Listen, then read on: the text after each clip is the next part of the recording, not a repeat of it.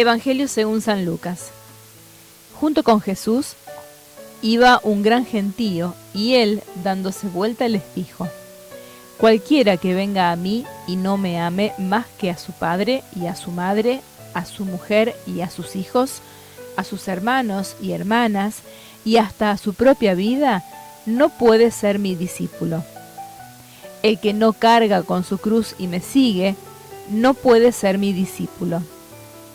¿Quién de ustedes, si quiere edificar una torre, no se sienta primero a calcular los gastos para ver si tiene con qué terminarla? No sea que una vez puestos los cimientos no pueda acabar, y todos los que lo vean se rían de él, diciendo: Este comenzó a edificar y no pudo terminar. ¿En qué rey, cuando sale en campaña contra otro, no se sienta antes a considerar si con 10.000 hombres puede enfrentar al que viene contra él con 20.000? Por el contrario, mientras el otro rey está todavía lejos, envía una embajada para negociar la paz. De la misma manera, cualquiera de ustedes que no renuncie a todo lo que posee, no puede ser mi discípulo. Hola amigos y amigas, nos encontramos una vez más en torno a la palabra de Dios, que es siempre palabra viva para nuestra vida. Este evangelio que hemos escuchado, Jesús queda como sorprendido porque ve que una gran multitud lo sigue. Claro, ciertamente pareciera que frente a los grandes números o estas muchedumbres oceánicas, Jesús, en vez de alegrarse, se preocupa. En realidad, él siempre imagina a sus discípulos como un pequeño rebaño, como un puñado de sal. Los discípulos de Jesús no son grandes cantidades, pero lo sigue Jesús una gran multitud, y entonces a esta gente Jesús quiere hacerle su propuesta, y por eso vienen estas exigencias, que en este evangelio son 3 exigencias. Pareciera, y que realmente son muy duras, estas 3 exigencias con el mismo estribillo, con un severo estribillo, que termina diciendo: no puede ser mi discípulo. ¿Quién tal cosa? No puede ser mi discípulo. Un estribillo que expresa la exigencia del seguimiento de Jesús. Si uno viene a mí, dice Jesús, no dice si uno quiere venir detrás de mí, si uno viene a mí. No se trata de simplemente un deseo, sino si uno viene a mí. Jesús acepta a todos. El corazón de Cristo es grande, y entonces todos podemos ir a Él. Y todos vamos a Dios y vamos a Jesús por distintos caminos. ¿Cuánta gente va a Dios a veces por ir a través de un santo, a través de una advocación de la Virgen, a través de una necesidad, porque necesita una sanación, porque está buscando algún favor de Dios? Distintos son los motivos por los cuales nosotros nos acercamos a Dios. Todos son recibidos por Jesús, solo que Él va a explicarles de qué modo tiene que ser ese acercamiento a Él, de tal manera que no sea solo un acercamiento por lo que uno necesita, sino que finalmente uno tiene que acercarse a Él. No se trata de quedarnos con las cosas de Dios, sino, como decía San Agustín, llegar al Dios de las cosas. Las condiciones que Jesús pone para seguirlo, no sabemos que no son negociables. Las condiciones del seguimiento de Cristo no son negociables. Es decir, son condiciones para que el discípulo pueda vivirlas sí o sí. No existe la posibilidad de ser discípulo de Jesús y vivir como uno quiere estas condiciones del seguimiento. La primera condición de este seguimiento dice: si alguien viene detrás de mí, si alguien viene a mí y no me ama más que a su padre, a su madre, a sus hijos y hasta su propia vida, no puede ser mi discípulo. Esta traducción que nosotros tenemos en nuestras Biblias dice: el que no me ame más a mí, está diciendo el que no me ame, pero la traducción original dice: el que no odia a su padre, a su madre, por mí no puede ser mi discípulo. Es una expresión muy fuerte. Esta expresión, el que no odia, Pareciera que Jesús quiere que nosotros odiemos a los miembros de la familia, cuando en realidad sabemos que el Señor está contento cuando nosotros llevamos adelante bien los vínculos familiares. ¿Por qué esta expresión odiar? Bueno, en realidad significa esto: tener el coraje de romper finalmente con los vínculos más queridos, cuando estos vínculos constituyen un impedimento para seguirlo a Jesús. Se trata entonces de una nueva relación con la familia, pero desde la prioridad del seguimiento de Cristo. Todo se acomoda de acuerdo a esta nueva opción. Y vamos a poner un ejemplo, como cuando una persona se casa, supongamos un muchacho se casa, la relación con sus padres ya no será la misma. No es que vaya a odiar a sus padres, pero la relación con sus padres ya será distinta porque ha hecho una opción en la cual una mujer ya es quien atrapa su corazón, su vida y a quien le dedica el resto de sus días. Entonces la relación con sus padres ciertamente va a ser distinta. Así se trata de pensar la relación con Jesús y con la familia, acomodada a la familia desde esta nueva relación que ilumina todo lo demás. Ya sabemos que el Evangelio también muestra a Jesús en una nueva relación incluso con su propia familia. La familia de Jesús es ampliada. Jesús no se queda en su vínculo familiar sanguíneo, sino que es ampliada. La familia de Jesús es una nueva familia. ¿Quién es mi padre? ¿Quién es mi madre? ¿Quiénes son mis hermanos? Los que cumplen la voluntad de mi Padre que está en el cielo. Jesús entonces tiene una nueva familia, amplía el corazón. Luego dice, quien no renuncia a su propia vida no puede ser mi discípulo. ¿Qué significa renunciar a la propia vida? No significa renunciar a aquello que sea absolutamente legítimo y bueno. Significa que toda la vida del cristiano, del discípulo de Jesús, necesita ser una vida donada para el bien de los demás, para el bien de aquellos que necesitan de mí.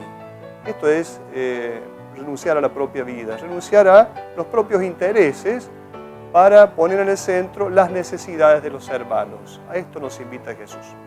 La segunda condición: quien no carga con su cruz y me sigue no puede ser mi discípulo.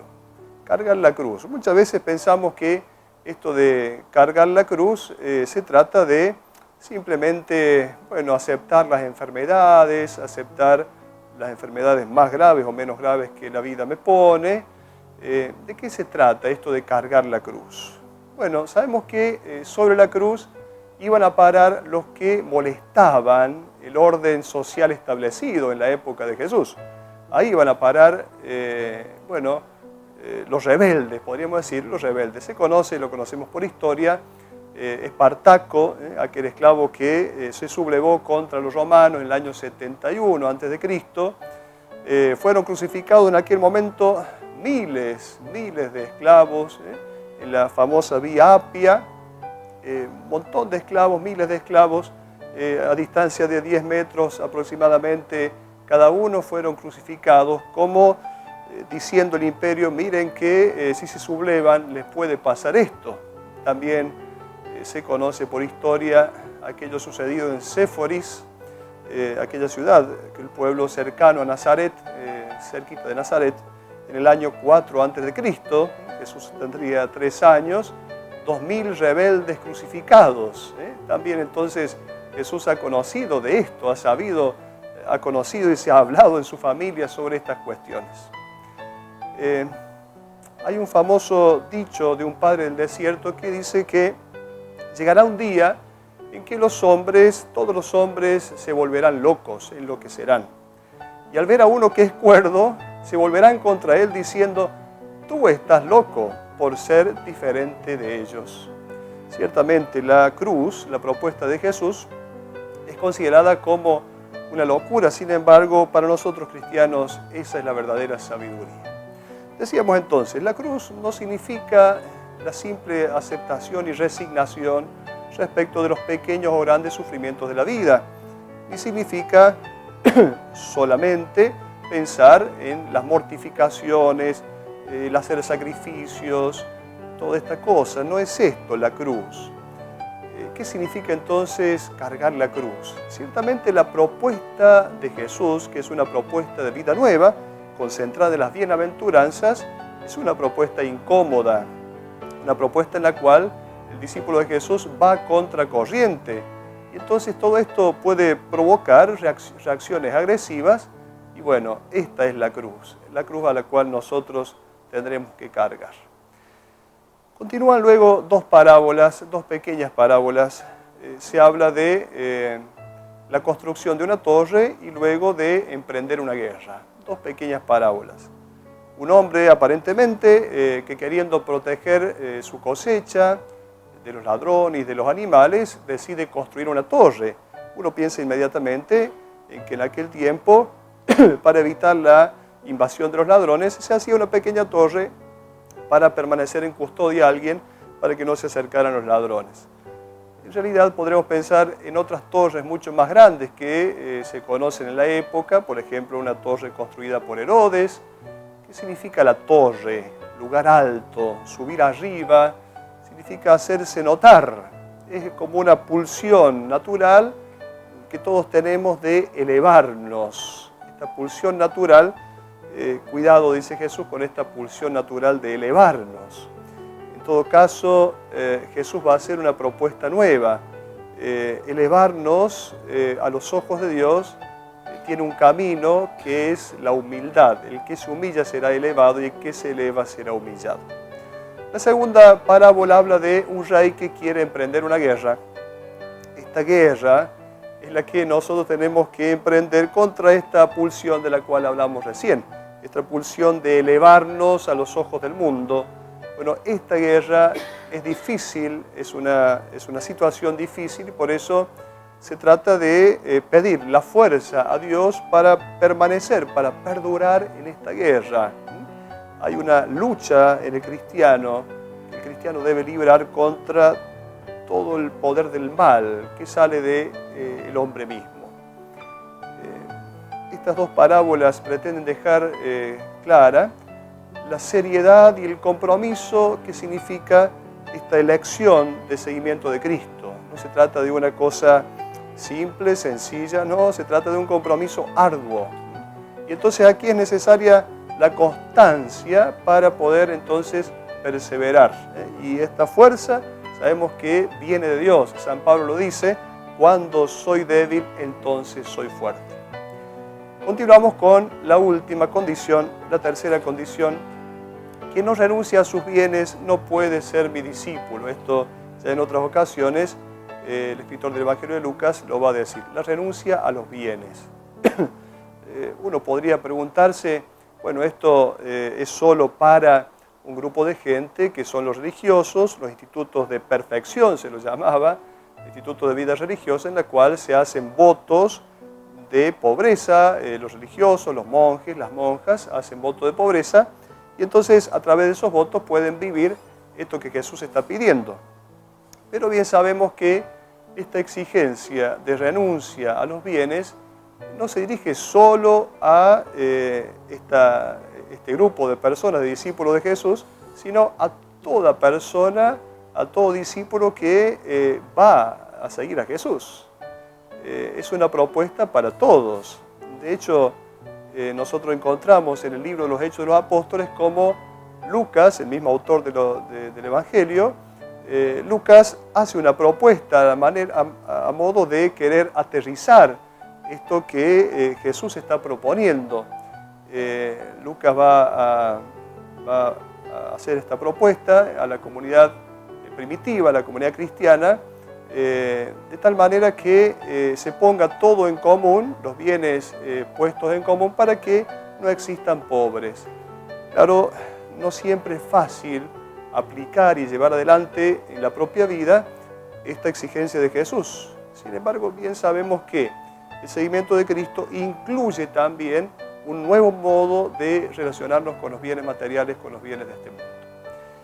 El seguimiento de Jesús significa una decisión que para nosotros es una alegre decisión. No tenemos que llevar adelante el seguimiento de Cristo simplemente como un peso, sino que es una alegre decisión. El gozo de saber que seguimos a Jesús. Estas exigencias tienen que ser tomadas entonces Jesús nos da sus exigencias para que nos echemos para atrás, para desalentarnos. Al contrario, nos propone estas exigencias para que a través de este camino de la exigencia y del seguimiento de Cristo encontremos gozo, plena realización y felicidad. Hasta la próxima.